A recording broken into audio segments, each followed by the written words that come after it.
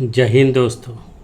In my last video, I spoke about colonialism, imperialism, impact of colonialism and imperialism, and post-colonial studies in detail. In this video, I'll speak about post-colonial critics. One of the most prominent post-colonial critics is Edward Said. He is the most prominent public figure. Edward Said was an influential literary critic and theorist, as well as a significant political figure. Especially, he is an advocate of the rights of Palestinians, such as his early critical work provided groundbreaking considerations of post-structuralist theorists such as Jacques Derrida and Michel Foucault. His Orientalism is regarded as having established the field of post-colonial studies. His work focused particularly on imperialism and interplay between dominant West and the Middle East and Far East, what we call the Orient. The West is called Occident and East is called the Orient. So before we try to examine Orientalism, let us try to understand what Orientalism implies. Orientalism is a term used to describe the way Western cultures, particularly Europe and the US, have historically perceived, represented, and interacted with the Eastern cultures, particularly the Middle East and Asia. Orientalism was first introduced by Edward Said in his 1978 book Orientalism. In Orientalism, Edward Said examines the political dimension of literature and culture. For Edward Said, literary, philological, and the critical texts are always in the world and have social implications. He, in his book Orientalism, propounds a broad definition of Orientalism that includes both Western academic scholarship in disciplines such as anthropology, philology, history, and area studies, and the general Western image of the Orient depicted in novels, political accounts, and contemporary media. According to Said, employing the technique of close literary analysis, he shows how Western writers, archaeologists, linguists, historians, and politicians from the 18th century to the present day have discovered and, in a sense, invented the Orient. They created stereotypes. Stereotype means they created negative image of the East. In this way, he argues that the West has misrepresented the Orient. According to Said, Orientalism reveals more about the West and its fantasies, its imaginations, than it does about actual people, culture, and history of the East. Again, one of the prominent figures, one of the prominent Indian literary theorist, feminist, and critic and post-colonial theorist is Gargi Chakrawarti Spivak, who is well known for her essay, Can the Subaltern Speak? She is known for her personal brand of deconstructive criticism, which she called interventionist. She is known for her influential work, as I said, Can the Subaltern Speak? In Can the Subaltern Speak? Spivak examines whether marginalized voices can truly be heard within dominant discourse and highlights the issues of representation and voice. She uses deconstructive method to analyze texts and focuses on how language and power intersect, how there is relationship between language and power. Spivak emphasizes the need to recognize the perspective of those marginalized by colonial power. She critiques simplified identities imposed on colonized people and advocates for a more subtle understanding of identity and agency. In her brief work, she challenges traditional narratives and tries to amplify the voices of the oppressed in post colonial contexts. Then we have Homi K. Bhabha. He is known for his well acclaimed, globally acclaimed works such as Location of Culture, Nation and Narration, and The Other Question. Homi K. Bhabha is renowned Indian philosopher and cultural theorist. His major works and concepts include The Location of Culture, which is a seminal work that explores intersection of culture, identity and colonialism, the relationship between culture, identity and colonialism. The intersection of culture refers to the point where multiple cultural identities, practices and meanings converge, interact and influence one another. This concept recognizes that cultures are not fixed or isolated but rather dynamic and interconnected. Individuals and groups often belong to multiple cultural communities simultaneously. This is very, very important. Individuals and groups often belong to multiple cultural communities simultaneously. Cultural identities and practices intersect. There is interrelation. There is interrelationship between them. There is interrelationship between them and overlap and creates complex and subtle experiences. The intersection of culture can occur in various contexts such as geographic intersection, where different cultural groups coexist in the same physical space. Then social intersections, where individuals from different cultural backgrounds interact and form relationships. Next is symbolic intersections, where cultural meanings and symbols are shared, borrowed, or even contested across cultural boundaries. At the intersection of culture, we can see hybridization. Hybridization means the blending of cultural forms and practices, intermixture of cultural forms and practices. Then creolization, the creation of new cultures. Creolization means the creation of new cultural forms through contact and exchange. Cultural exchange, the sharing and borrowing of cultural meanings, symbols and practices. In Nation and Narration, which was published in 1990, a collection of essays examines the relationship between national identity and narrative.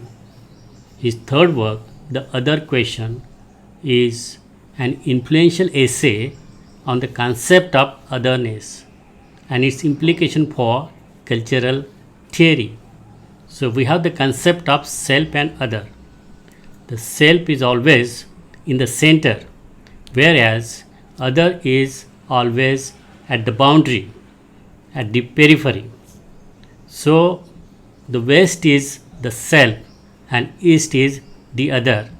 The other is always marginalized looked down upon and undermined in various ways. So Bhava is very important for certain concepts. As I said, he is known for hybridity. As I said again, the blending of different cultural forms and identities, and these different cultural forms and identities create new hybridized forms. Then his concept is mimicry. It is the process of imitating or mimicking dominant cultural forms, often with ironic or subversive intentions. With ironic or subversive intentions.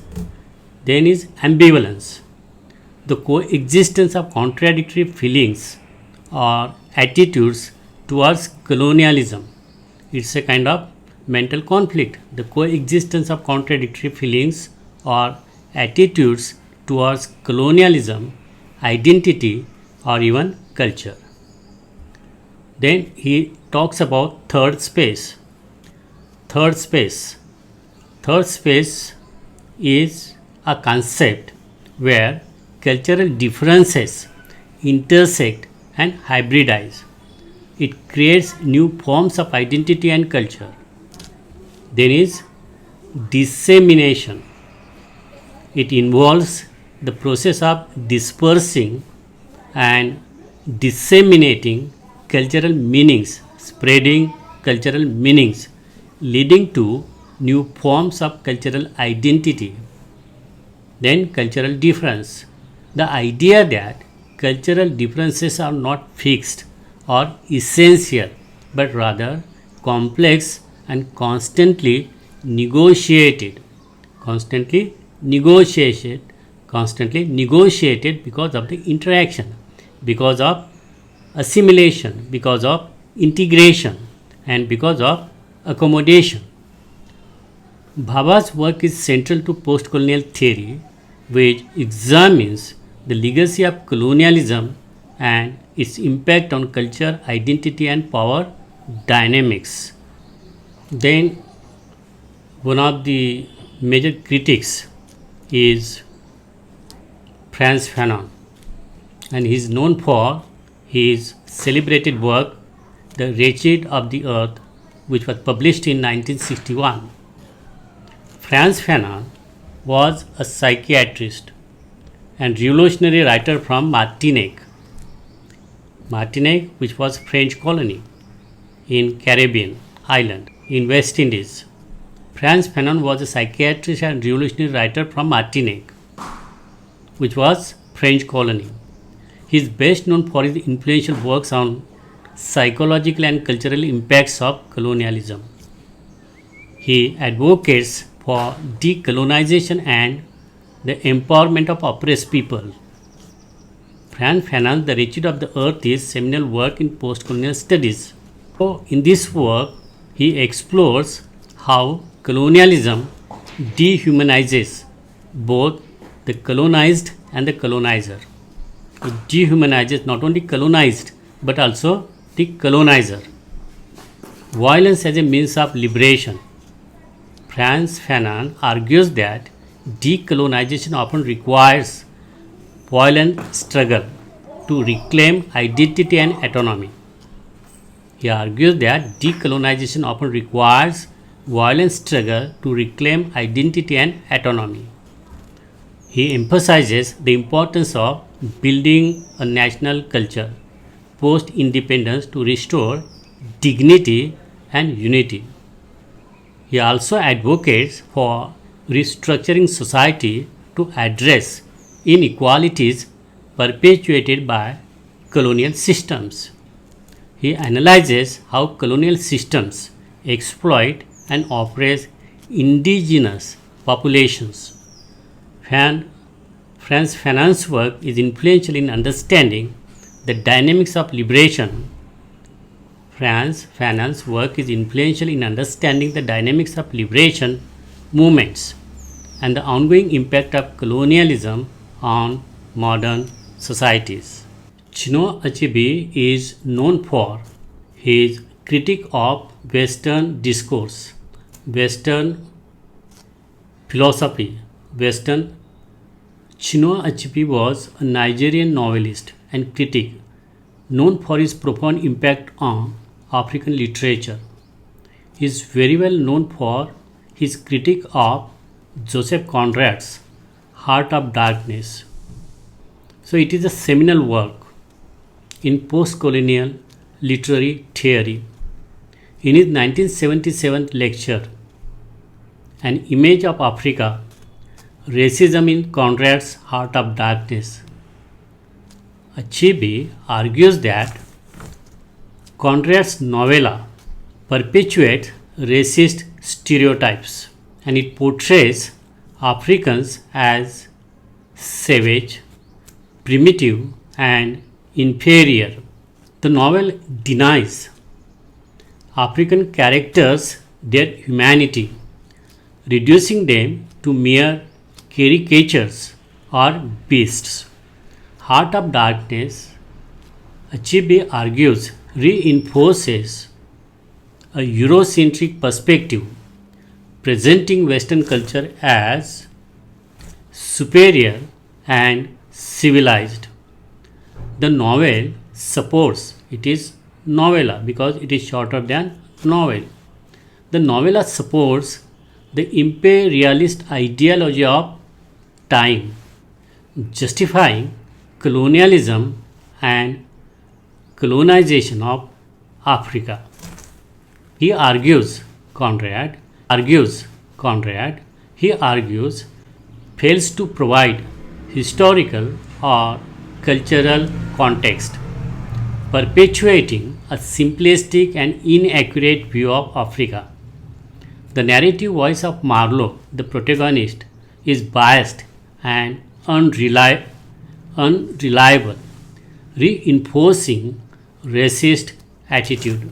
The novel ignores the complexity and richness of African cultures, reducing them to mere background or exoticism. Achebe's critique challenges canonical status of Heart of Darkness and argues that it is not a universal or timeless masterpiece, but rather a product of its time, reflecting the racist and imperialist attitude of the late 19th century. Achebe's work has had a significant impact on post-colonial literary theory, encouraging readers to critically examine the cultural and historical context of literary works and challenging the dominance of Western literary canons. Ngugi wa Thiong is a renowned Kenyan writer and theorist known for his works on language, culture, and decolonization. Ngugi wa Thiong's Decolonizing the Mind explores the impact of colonialism on African languages and cultures. He argues that colonial powers imposed foreign languages to dominate and control, eroding indigenous cultures and identities. Ngugi advocates for writing and educating in native languages to reclaim cultural identity and resists neo-colonial influence, and emphasizes the power of language in shaping consciousness and society. Taban Lo Leong, Aniumba, and Thiong together collaborated on the work on the abolition of the English department. This is collaborative work on the abolition of the English department. So these figures are influential African writers and scholars who co-authored on the abolition of the English department.